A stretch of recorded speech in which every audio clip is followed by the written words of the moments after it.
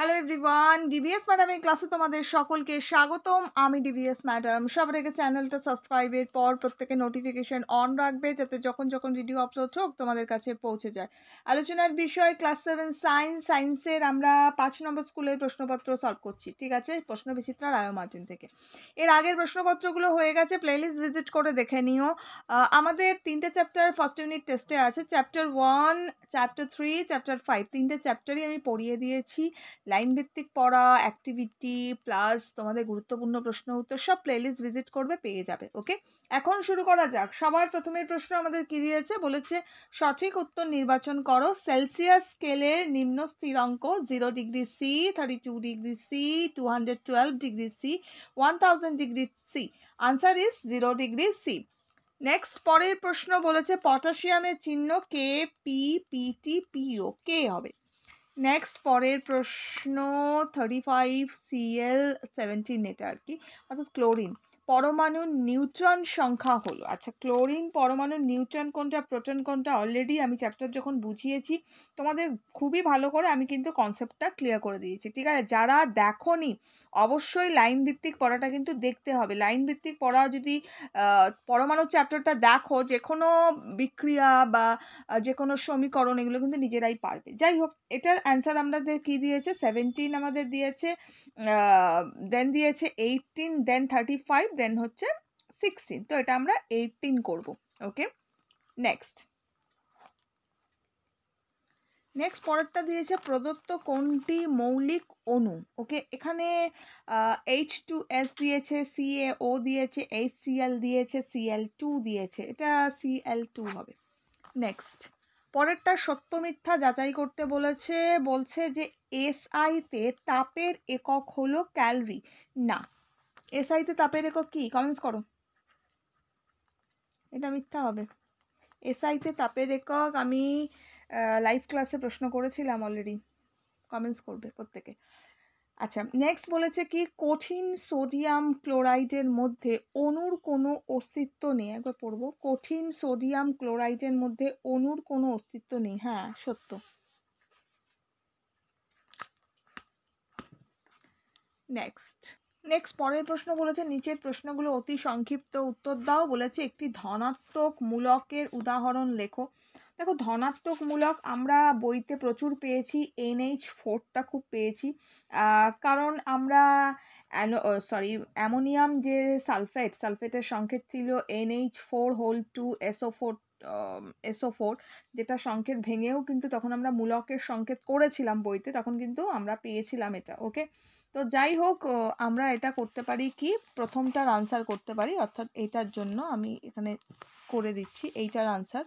তো এইটার আনসার আমরা কি করতে পারি, না দেব হচ্ছে NH4, উপরে একটা ধনাত্মক আমাদের বলেছে, তো প্লাস চিহ্ন এটা আমরা দেব, ঠিক আছে? এটা হচ্ছে 1 নম্বরে এটার উত্তর। ওকে, নেক্সট, পরেরটা আমাদের বলেছে অথবা আরেকটা প্রশ্ন দিয়েছে। অথবা প্রশ্ন কি দিয়েছে, গ্যাস থেকে তরলে পরিণত হওয়ার ঘটনাকে কি বলে। এটার আনসার আমাদের দেব হচ্ছে ঘনীভবন। এটা কি লিখবো, না ঘনীভবন। ঘনীভবন, এটার আনসার একটা টিক দিলাম, এটা হচ্ছে ঘনীভবন, ঠিক আছে? দুটো টিক এটাই দিয়েছি। এটার আনসার হচ্ছে এইটা, NH4 প্লাস ওপরে ধনাত্মক চিহ্ন। ক্লিয়ার? নেক্সট, পরেরটা আমাদের বলেছে একটি নিউট্রনবিহীন পরমাণুর নাম। ওকে, একটা নিউট্রনবিহীন পরমাণুর নাম, ঠিক আছে, ঠিক লিখেছি তো? এই প্রশ্নটাই ছিল তো, জাস্ট আ সেকেন্ড। হ্যাঁ, এই প্রশ্নটাই ছিল আমাদের, একটি নিউট্রনবিহীন পরমাণুর নাম। অথবা দিয়ে আমাদের আরেকটা প্রশ্ন দিয়েছে, বলছে কিউপিক ক্লোরাইডের সংকেত লেখো, ঠিক আছে? তো আমরা প্রথমেরটা দেবো। এই প্রথমেরটার আনসার আমরা দিচ্ছি নিউট্রনবিহীন যে পরমাণুটা জানতে চেয়েছে, এটা আমরা হাইড্রোজেন দিতে পারি।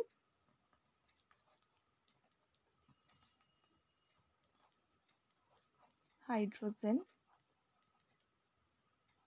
নেক্সট, পরেরটা দিয়েছে যে কিউপিক ক্লোরাইডের সংকেতটা কি হবে, CuCl2, ঠিক আছে? CuCl2। নেক্সট প্রশ্ন বলেছে নিচের প্রশ্নগুলো সংক্ষেপে উত্তর দাও। রাসায়নিক সমীকরণ কাকে বলে? এটা আমরা পরমাণু চ্যাপ্টারে পাবো। জাস্ট আ সেকেন্ড।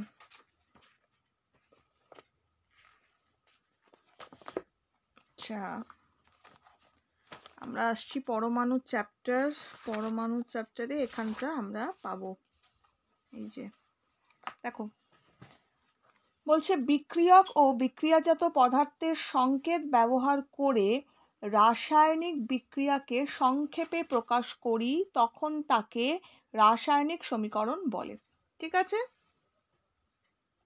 পরের প্রশ্ন বলেছে যে গ্রীষ্মকালে মাটির কলসিতে রাখা জল ঠান্ডা থাকে কেন? এটা তো আমরা অনেকবার পেয়েছি, ফার্স্ট চ্যাপ্টার যখন পড়েছিলাম তখন পেয়েছি।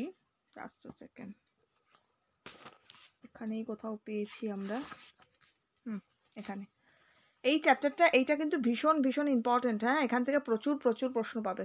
এই জায়গাটা খুব ভালো করে পড়বে। যাই হোক, দেখো এখানেই কিন্তু রয়েছে এই যে মাটির কলসির জল ঠান্ডা থাকে। আসলে মাটির কলসির গায়ে অসংখ্য ক্ষুদ্র ছিদ্র থাকে। ওই ছিদ্রগুলো দিয়ে সামান্য পরিমাণে জল কলসির বাইরে বেরিয়ে আসে। তখন তার বাষ্পীভবন ঘটে, ফলে দরকার হয় লিন তাপের। ওই বেরিয়ে আসা জল তখন কলসি ও কলসির ভেতরে থাকা জল থেকে প্রয়োজনীয় লিন তাপ সংগ্রহ করে, ফলে কলসি ও কলসির জল তাপ হারিয়ে ঠান্ডা হয়ে পড়ে। তাহলে আমাকে প্রশ্নটা কি পড়েছিল, গ্রীষ্মকালে মাটির কলসিতে রাখা জল ঠান্ডা হয় কেন? ঠিক এই আনসারটা আমরা দিয়ে দেবো, হয়ে গেল। নেক্সট পেজ নম্বর 13তে, এটা যেটা আমি দেখালাম। নেক্সট পরেরটা বলেছে সঠিক উত্তর নির্বাচন করো। আচ্ছা, ভালো কথা। বলছে যে খাদ্য উপাদান থেকে আমরা শক্তি পেয়ে থাকি সেটি হলো ভিটামিন, খনিজ মৌল, জল নাকি শর্করা? কি দিয়েছে? ভিটামিন, খনিজ মৌল, জল না শর্করা? শর্করা করব। নেক্সট পরের প্রশ্ন। ভিটামিন এর উৎস হলো কাঁচা লঙ্কা, মাংস, গাজর নাকি আখ? এ হচ্ছে গাজর হবে, চোখের জন্য কিন্তু ভালো। নেক্সট বলেছে অন্ধত্ব ঘটে। আচ্ছা, ঠিক আছে। বলছে অন্ধত্ব ঘটে ভিটামিন কে, খনিজ মৌল, খাদ্যবস্তু ভিটামিন এর অভাবে। কিসের অভাবে? অবশ্যই ভিটামিন এর অভাবে। এই জন্য ভিটামিন এ থাকে কিন্তু গাজরে। গাজর আমাদের চোখের জন্য ভীষণ ভালো। ঠিক আছে। পরের প্রশ্ন বলেছে শূন্যস্থান পূরণ করো। উদ্ভিদ ড্যাশ এর সাহায্যে মাটির থেকে জল ও খনিজ সংগ্রহ করে। এটা তো সবাই পারবে, মূল। নেক্সট বলেছে পৃথিবীতে মিষ্টি জলের পরিমাণ ড্যাশ শতাংশ? মিষ্টি জল হচ্ছে 3%। নেক্সট বলেছে নিচের প্রশ্নগুলো অতি সংক্ষিপ্ত উত্তর দাও। বলছে অঙ্কুরিত বীজ কোন ভিটামিনের উৎস?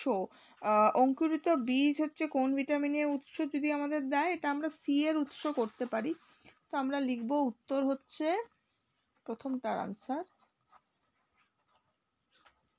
Vitamin C. ক্লিয়ার। নেক্সট পরের প্রশ্ন আমাদের বলেছে আয়োডিনের অভাবে কি রোগ হয়? আয়োডিনের অভাবে হচ্ছে গলকণ্ড রোগ হয়, আমরা করতে পারি। এটার উত্তর লিখব হচ্ছে, একটা দাগ দিলাম, গলগণ্ড। ঠিক আছে, গলগণ্ড রোগ হয়ে থাকে। নেক্সট বলেছে রঙিন উদ্ভিজ্জ রাসায়নিক যৌগকে কি বলা হয়? রঙিন উদ্ভিজ্জ রাসায়নিক যৌগ না, কোথায় লিখবো উত্তরটা? দাঁড়াও। তাহলে এটার উত্তর আমরা লিখব যে রঙিন উদ্ভিদের রাসায়নিক যৌগটি কি? এটার আনসার আমরা লিখব হচ্ছে ফাইটো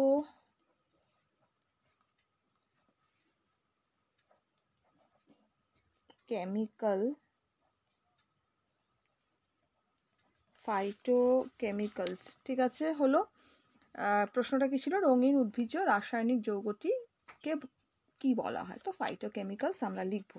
সঙ্গে আমাদের আরেকটা প্রশ্ন দিয়েছে, বলছে যে অথবা দিয়ে করতে হলে যে কোনো একটা, দেহে অনাক্রমতা সৃষ্টিকারী প্রোটিনটির নাম কি? এটা আমরা লিখব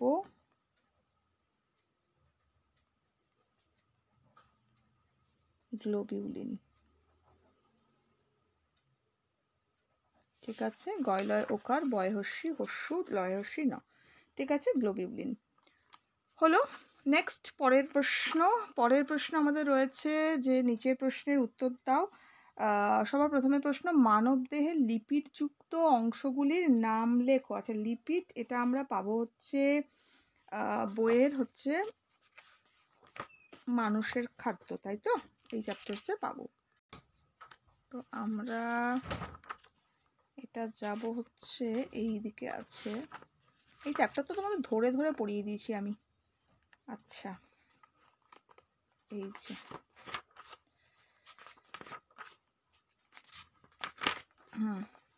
এই যে সবার প্রথমে লিপিড রয়েছে। এখানে আমাদের রয়েছে, দেখো, দেহের অংশগুলোর নাম, লিপিডযুক্ত অংশ মানব দেহের: ঘাড় ও গলার অংশ, ওপর হাতে, বুকে, পেটে, উরুতে, ঠিক আছে, এগুলো সব লিপিডযুক্ত অংশ। ক্লিয়ার? বোঝা গেল? পেজ নম্বর কত? পেজ নম্বর 153। নেক্সট আরেকটা প্রশ্ন রয়েছে। আরেকটা প্রশ্ন কি আছে বলছে, অপুষ্টির ফলে শিশুর দেহে কি কি উপসর্গ দেখা যায়? আচ্ছা, এটাও আমাদের সায়েন্সেরই, লাইফ সায়েন্সেরই পাবো। এই দিকটা পেয়েছি কোথাও, হ্যাঁ দেখো ওপরেই আমি বলেছিলাম এখান থেকে বলতে প্রশ্ন আসে প্রত্যেকটায়। তো অপুষ্টির ফলে শিশুর দেহে কি কি উপসর্গ দেখা যায়? দেখো ছবির পাশে শিশুটি লক্ষ্য করো, শিশুটি অপুষ্টি কি কি আছে? দেহের হাড়গুলি খুব বেশি ক্ষয় হয়, পেশি বাইরের থেকে পরিষ্কার বোঝা যায়, চামড়ার জায়গায় জায়গায় কোঁচকানো হয়, হাত পাগুলো খুব সরু হয়, ঠিক আছে। তো তাহলে কি হচ্ছে, অপুষ্টির ফলে শিশুর দেহে কি কি উপসর্গ দেখা যায় পেয়ে গেলাম। পেজ নম্বর 165 হয়ে গেল। তাহলে এই পেপারটা কমপ্লিট করে দিলাম, এটা ভালো করে পড়ো। দেখা হচ্ছে একটু পরে নেক্সট পেপার নিয়ে। লাইক শেয়ার করে রেখো।